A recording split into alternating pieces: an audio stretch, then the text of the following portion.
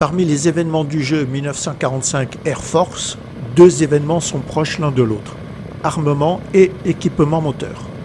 Voyons tout d'abord l'événement moteur qui a pour objectif donc d'améliorer l'ensemble des moteurs de notre flotte, donc les moteurs des vaisseaux, des pilotes et des avions. Au début du jeu, nos avions sont équipés de moteurs sans réelle puissance. On peut les développer en utilisant des batteries et beaucoup de clés, ou à travers cet événement moteur, les développer gratuitement. Donc cet événement nous permet une très forte économie de clés dans l'amélioration de nos moteurs. Voyons à présent comment se déroulent les différentes étapes de l'événement. Arrivé sur la page d'accueil de l'événement, on voit une partie haute notée événement moteur avec des missions à réaliser nous permettant de gagner des barils de carburant.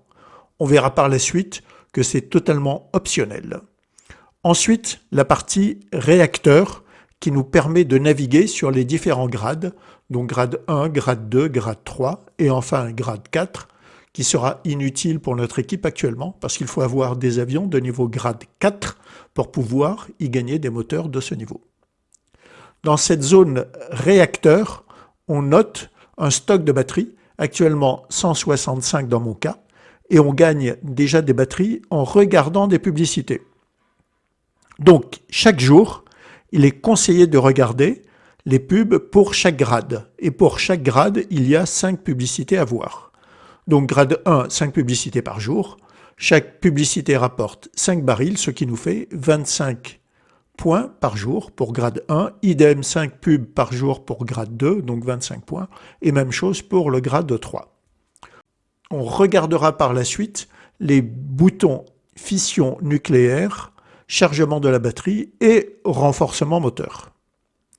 Venons-en à la partie mission en cliquant sur le bouton carte d'uranium. En début de jeu, la première semaine, nous n'avons accès qu'au chapitre 1 qui correspond au grade 1 de nos avions. Puis en semaine 2, le chapitre 2 s'ouvre pour le grade 2. Le chapitre 1 est toujours ouvert. Puis en semaine 3, le chapitre 3 pour le grade 3 qui s'ouvre, ce qui fait qu'en troisième semaine, on peut jouer pour développer ces moteurs G1, G2 et G3. Dans le chapitre 1, il y a 6 missions à faire. Dans le chapitre 2, 8 missions à faire. Et dans le chapitre 3, 12 missions à faire. Les missions sont équivalentes à celles que l'on retrouve dans les missions solo. Bombardement, protection, furtivité et sous-marin. Très important pour les missions, dans le chapitre 1, donc pour les avions G1, il est absolument recommandé d'utiliser uniquement des avions G1, sinon les gains seront divisés par 2. Et chaque mission va utiliser 5 unités de carburant et on démarre avec 100 unités. Sur l'écran, vous voyez actuellement que j'en ai 110 puisque j'ai utilisé des gains liés aux missions de la veille. Je reviendrai par la suite sur ce point. Et vous pouvez bien sûr utiliser des technologies avancées si vous en avez besoin. Les missions sont croissantes en difficulté depuis le niveau 1 jusqu'au dernier niveau. Par exemple, un sous-marin est beaucoup plus facile à détruire sur une mission 1 que sur la toute dernière mission, par exemple 12, en G3. Voyons ici la mission sous-marin, donc absolument rien de particulier, comme celle que l'on connaît en mission solo. En gagnant la victoire, on gagne systématiquement 12 unités de batterie, quel que soit le niveau de la mission, que ce soit une mission de niveau 1, 2, 3 ou 4, ou 12 en G3. Et là, important, pour gagner plus rapidement des batteries, il faut utiliser les publicités que l'on a par demi-journée, donc les 10 pubs par demi-journée, et le fait de regarder une publicité permet de gagner 50% de plus de batterie. Donc, ce qui fait 12 unités de batterie par victoire, plus 6 grâce aux publicités que l'on va récupérer. Donc, à chaque mission, on va récupérer 18 batteries. Et 10 caisses que vous voyez avec une inscription B. Le gain en or est ici anecdotique. Au fur et à mesure que vous gagnez les caisses que l'on a vues tout à l'heure avec l'inscription B, votre curseur dans la fenêtre réacteur que vous voyez à droite affiché niveau 1 et en partie haute niveau 2, ce curseur monte.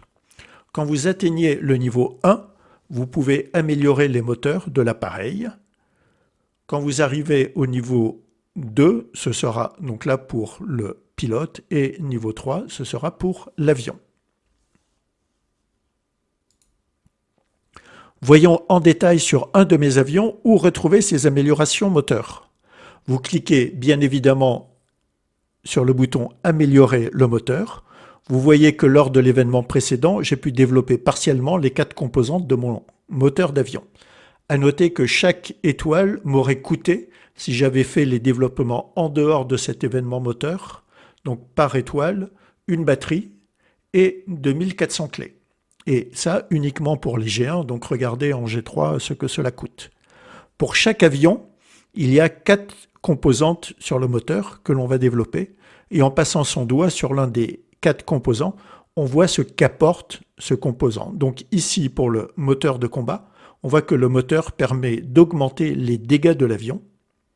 Remarque, comme pour l'armement, les améliorations moteurs se répercutent sur les niveaux des avions supérieurs, ce qui fait qu'une amélioration moteur sur un G1 apporte des bonus au moteur G2 et du moteur G3, et par la suite, quand on en aura sur le G4. La deuxième composante ici du moteur permet d'augmenter la cadence de tir. La troisième permet de créer un bloc autour de l'avion pour éviter les dommages causés par l'ennemi et les missiles.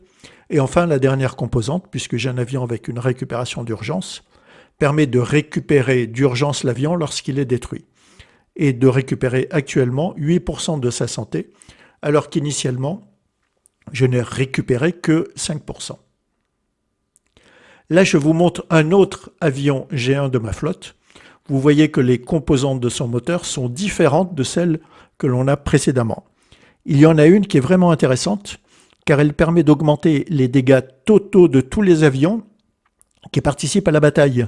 Donc, en particulier, quand on est dans un tournoi, en l'occurrence, par exemple, G1, avec cet avion, les 4 avions de ma flotte ont une augmentation de leurs dégâts. Donc les 4 avions, les 4 pilotes et les 4 appareils.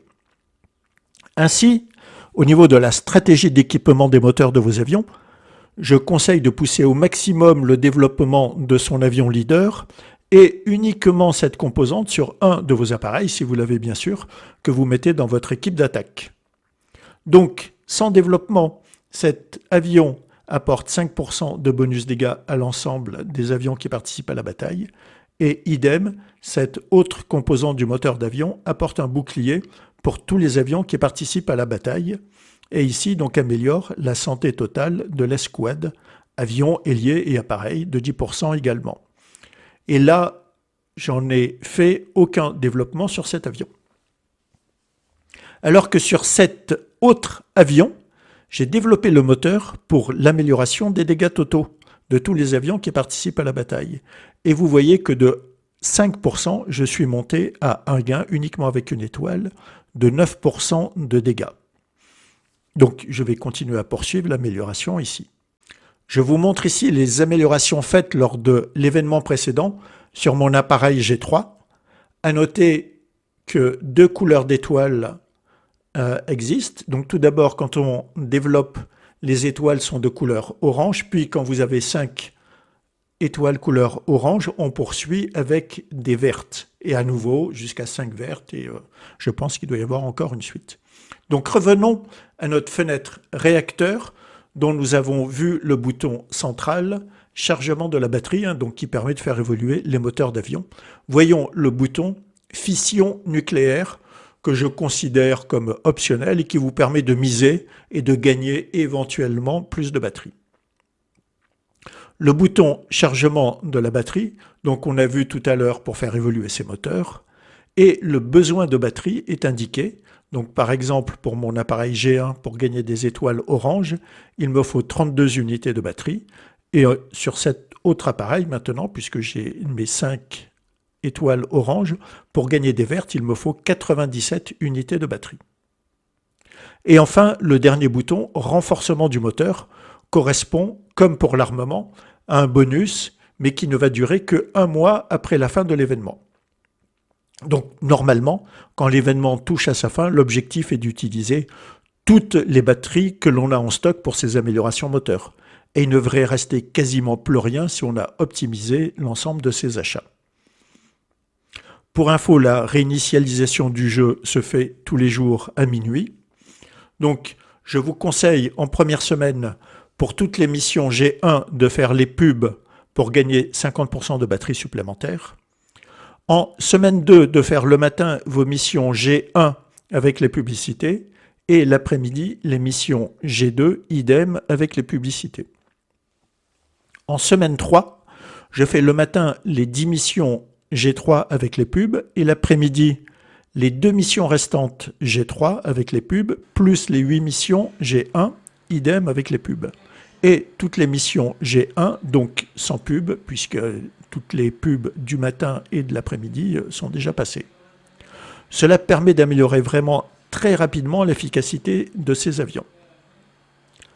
Un autre point à noter, les améliorations moteurs n'apportent aucun gain dans les valeurs intrinsèques que l'on voit, donc de dégâts ou de santé sur ces avions. Mais n'ayez crainte, vous verrez en combat vraiment une différence notable de comportement de votre avion, en particulier sur la force de frappe et sur la fréquence de tir.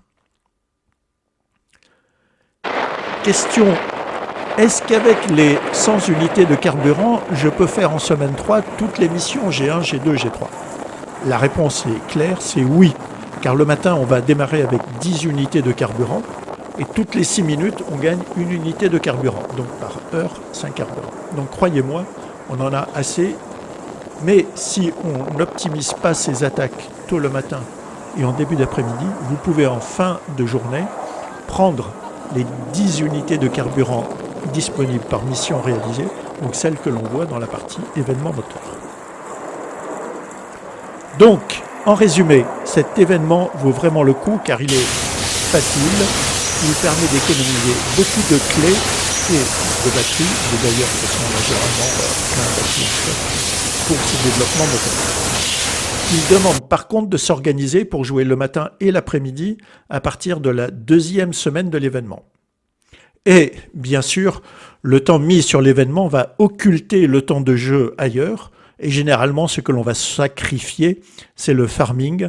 Donc à chacun d'adapter son temps de jeu en fonction de ses objectifs du moment. Pour info, l'événement moteur dure 4 semaines.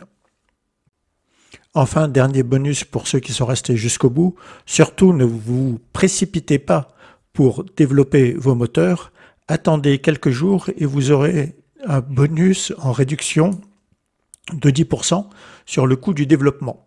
Donc, patience, patience. Donc, je vous souhaite à tous un bon développement moteur. Et comme d'habitude, on se retrouve sur le pont arrière de notre PA tous les dimanches soirs pour fêter les victoires de la semaine.